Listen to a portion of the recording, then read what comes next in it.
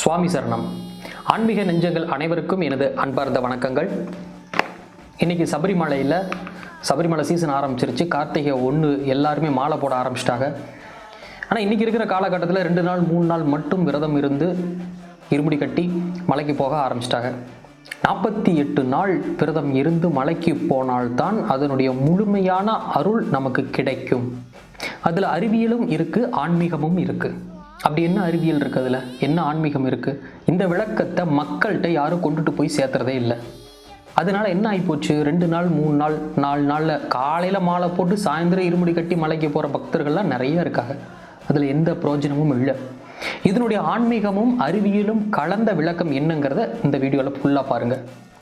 இன்னமும் பெண்கள் சபரிமலைக்கு போகக்கூடாதுன்ற ஒரு கட்டுப்பாடு அந்த சபரிமலையில் இருக்குது. ஆனால் அதை உடைக்கிற மாதிரி பெண்களும் போகலாம், இதில் என்ன பாகுபாடு பார்க்குறீங்களா அப்படின்னு ஒரு பிரச்சனைகளையும் சம்பந்தமில்லாத ஒரு விஷயத்தையும் கிளறி விடுறாங்க.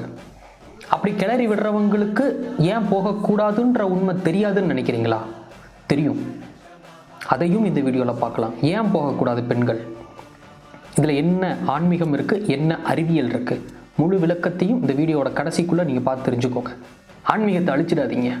ஆன்மீகம் ஒரு மனிதனுடைய உயிர் நிலையையும் மனநிலையையும் உடல் நிலையையும் சீராக சக்தி நிலைகளை, உயிர் சக்திகளை சீராக வச்சு அவங்கள சந்தோஷமான சுகமான வாழ்க்கையில் வாழ வைக்கிறது தான் அதனுடைய உண்மையான அர்த்தம். உண்மையான சந்தோஷம் எது?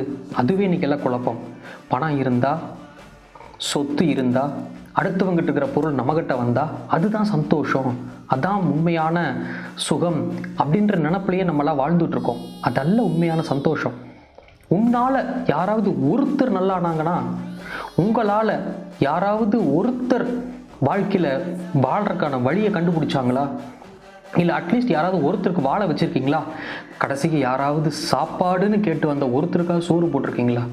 இதில் தான் உண்மையான சுகம் இருக்குது, மன நிம்மதி இருக்குது.